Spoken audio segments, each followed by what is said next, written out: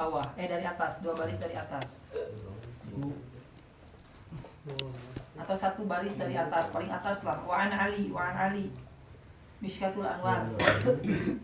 Ujung, Wa an Ali 15. Ya, Pak Ji? Wa an ayat. 1 hadis aja ya. Wa an Ali karamallahu wajha anin Nabi sallallahu alaihi wasallam annahu qala sa'altu Jibril an ashabil ilmi faqala lahum siraju ummatika fid dunya wal akhirah tuba liman arafahum wal wailu liman ankarahum wa abghadahum. Ini hadis diterima dari Sayyidina Ali karamallahu wajhahu radhiyallahu anhu. Ini Sayyidina Ali mendengarkan hadis ini dari Rasulullah sallallahu alaihi wasallam. Dan kita harus ingat bahwa Sayyidina Ali ini adalah sahabat Rasulullah sallallahu alaihi wasallam yang paling cerdas.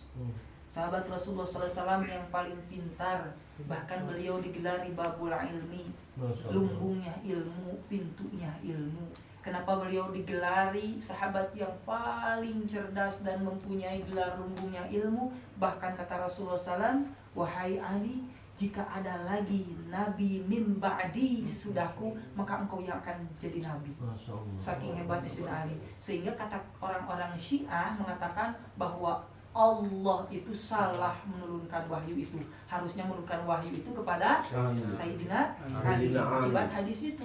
Itu salah, Jibril kesalahan menurunkan wahyu. Padahal bukan seperti itu. Itu adalah tanda bukti bahwa keagungan Sayyidina Ali. Kenapa beliau sampai seperti itu? Karena Sayyidina Ali adalah orang yang paling takrim kepada seorang guru. Takzim kepada seorang guru.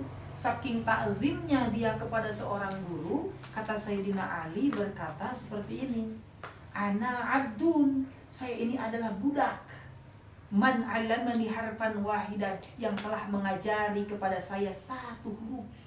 Saya ini adalah budak yang telah mengajarkan kepada saya 1 huruf. Insya'a ba'a wa insya'a taqa. Sehingga jika guru saya mau memerdekakan saya, terserah. Guru saya mau menjual saya, terserah. Saya ini adalah budak guru saya. Mau digimanain juga adalah punya guru saya. Saking hebat. Walaupun cuma satu huruf.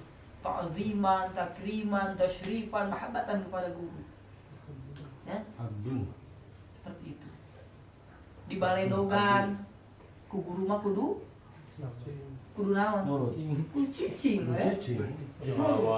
saking cinta ka guru. Bahkan di dalam lagu Man Ana gimana?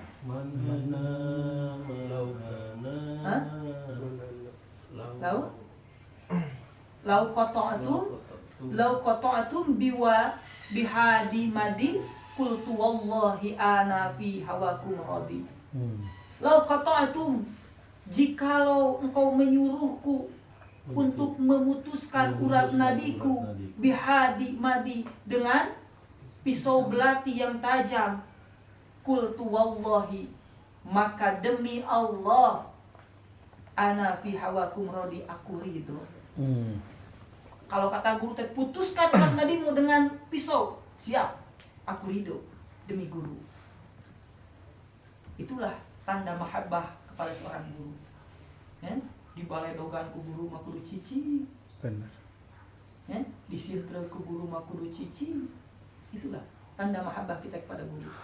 Bahkan Imam Ash-Shibli dulu pernah dipenjara. Dikarenakan apa? Berbeda pendapat dengan pemerintahan.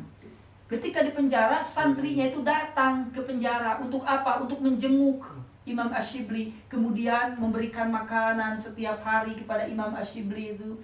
Ya, ketika memberikan makanan pada Imam Ash-Shibli, di suatu hari, suatu waktu Imam Ash-Shibli mengambil batu kemudian melempar santri-santrinya itu. Ketika dilempar, santrinya itu malah kabur. Kata Imam Ash-Shibli, kadzabta min hubbi, sesungguhnya kalian itu berbohong dalam mencintaiku. Sebenarnya jika engkau sangat benar-benar mencintaiku, ketika aku lempari batu, maka kalian akan bersabar. terhadap tetap mencintai. Masya Allah. akan tetap dilempari batu gimana juga, saking apa, saking cinta kepada guru, saking mahabbah kepada guru. Ternyata Imam Asyibli itu hanya sekedar menguji saja, menguji keimanan santri-santrinya sejauh mana kecintaannya kepada seorang gurunya. Nah, gitu. Nah, Sayyidina Ali mau dilempar batu, mau digimanain, terserah guru saya, karena saya adalah budak dari sang guru. Itu makanya beliau menjadi seorang sahabat yang paling cerdas, ya. Kata Rasulullah Sallallahu Alaihi Wasallam, hadis ini terima dari Sayyidina Ali karamallahu wajhah. Sa'altu Jibril, saya bertanya, Rasulullah ini bertanya kepada malaikat Jibril an ashabil ilmi, tentang sahabat ilmu, tentang ahli ilmu. Faqala lahum, kemudian malaikat Jibril bertanya, kata Rasul, malaikat Jibril menjawab, kata Rasul ini, ya Jibril, siapa orang ahli ilmu itu? Siapa sahabat ilmu itu? Kata malaikat Jibril, hum siraju ummatika, mereka itu adalah lentera umatmu, mereka itu adalah penerang umatmu, mereka itu adalah lampu umatmu, di dunia wal akhirah, di dunia dan di akhirat. Tuba liman arafahum, maka berbahagialah orang yang mengenal kepada ahli ilmu. Wal wail liman ankarahum, dan celakalah bagi seseorang yang ingkar kepada mereka, dan celakalah orang yang wa abghaduhum, yang membenci mereka. Jadi ketika kita membenci ahli ilmu, ya, kemudian apa lagi? Mengingkari ahli ilmu, maka kita akan menjadi orang yang celaka. Maka kita berbahagia. Berbahagia apa? Karena kita mencintai ahli ilmu, sering datang ke majelis ilmu. Karena kata malaikat Jibril seperti itu, tuba liman arafahum, bahagia orang yang telah mengenal ahli ilmu, apalagi menimba ilmu dengannya, apalagi senantiasa bersama dengannya, melihat wajah ahli ilmu, sungguh berbahagia. Kenapa? Karena dia akan menerangi jalan kita untuk menuju surganya Allah. Amin. Karena kalau kita tidak diterangi oleh ahli ilmu, maka jalan kita menuju surganya Allah gelap. Kita tidak bisa melangkah kemana kaki kita harus dilangkahkan, kemana mata kita akan ditujukan, kemana hati kita akan diarahkan, kemana mata kita akan memandang. Kalau tanpa ahli ilmu kita tidak bisa berbuat apa-apa. Justru mereka lah yang menerangi jalan kita untuk sampai kepada kebahagiaan dunia dan akhirat. Betul tidak? Betul. Betul. Ya? Makanya kata Rasulullah SAW, sayati zamanun ala ummati yafiruna minal ulama wal fuqaha, maka akan datang satu zaman yang menimpa pada umatku, di mana pada hari itu umatku kabur dari ulama, kabur dari fuqaha, lari dari ulama, menjauhi ulama. Ketika mereka menjauhi ulama,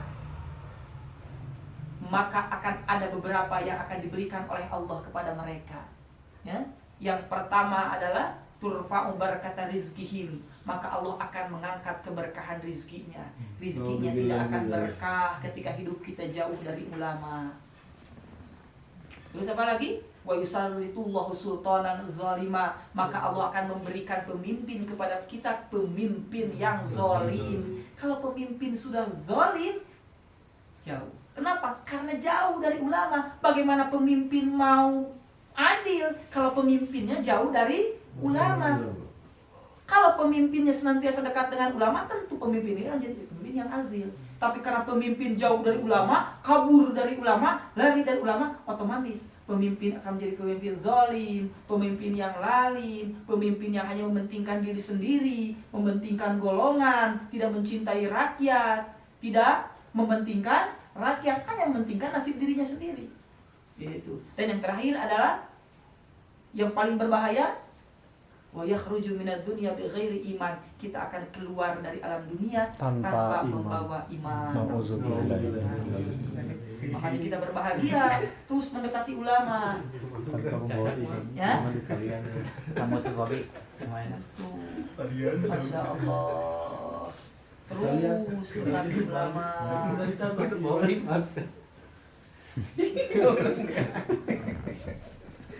Kita ya. Kalian bakal pak. Hah? Ada bakal iman nggak itu? Apa saja? Masih demam nggak bi? Oh, kan ulama itu bukanlah wali. Ulama itu kan biasa saja. Kalau wali itu kan lebih hebat dari ulama. Banyak Wali ulama, itu ya. adalah ketika dipandang enak, ketika didengarin bicaranya enak, gitu kan. Walaupun seperti itu, kata Imam Syafi'i, walau lam takunil ulama auliya, falaisa lillahi min wali. Jikalau ulama yang ada tidak kita anggap sebagai wali, maka siapakah wali Allah sekarang? Kalau ulama tidak dimaksud sebagai wali, maka kita harus berhusnuzon bahwa semua ulama itu adalah walinya Allah, wakilnya Allah di muka bumi, karena yang akan menjadi pembantu kita untuk senantiasa dekat dengan Allah, pembantu kita untuk senantiasa sampai kepada Allah, untuk sampai kepada Rasulullah, untuk bisa mengingat Allah, untuk bisa mencintai Allah, ulama. Karena tanpa ulama bagaimana kita bisa mengenal Allah?